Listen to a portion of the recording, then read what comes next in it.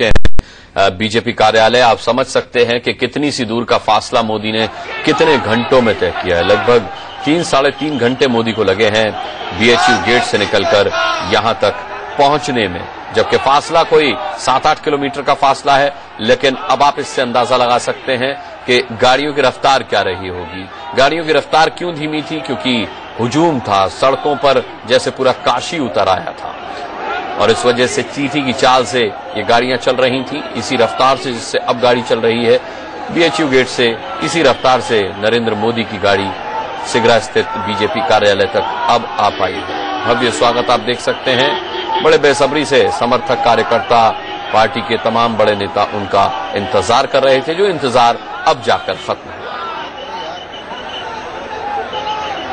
आपको बता दें कि यहाँ पर शगुन के तौर पर गंगा पूजन का भी आयोजन किया जाना था। इस तरह की बात थी, पंडितों को भी बुलाया गया था।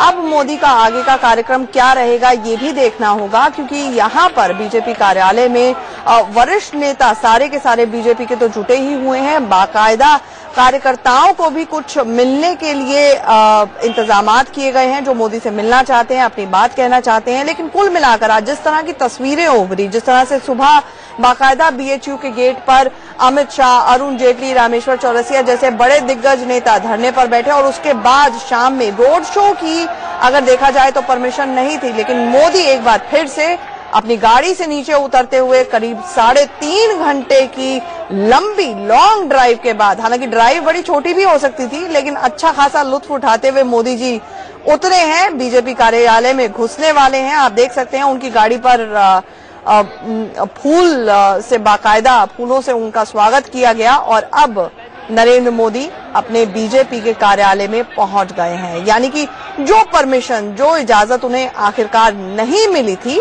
और ये आप देख सकते हैं बीजेपी कार्यालय के बाहर का भी माहौल है, वहां पर भी भीड़ जुटी हुई अभी आपको नजर आई होगी कि सड़क के दोनों तरफ बस न सिर्फ बीजेपी के कार्यकर्ता बल्कि पूरा काशी मोदीमय होकर उमड़ा हुआ था और खासे पसीने छूटे यहाँ पर न सिर्फ सुरक्षा कर्मियों के भी जो मोदी की सुरक्षा में जुटे हुए थे, बल्कि पूरी तरह से प्रशासन का अमली जामा सड़कों पर था।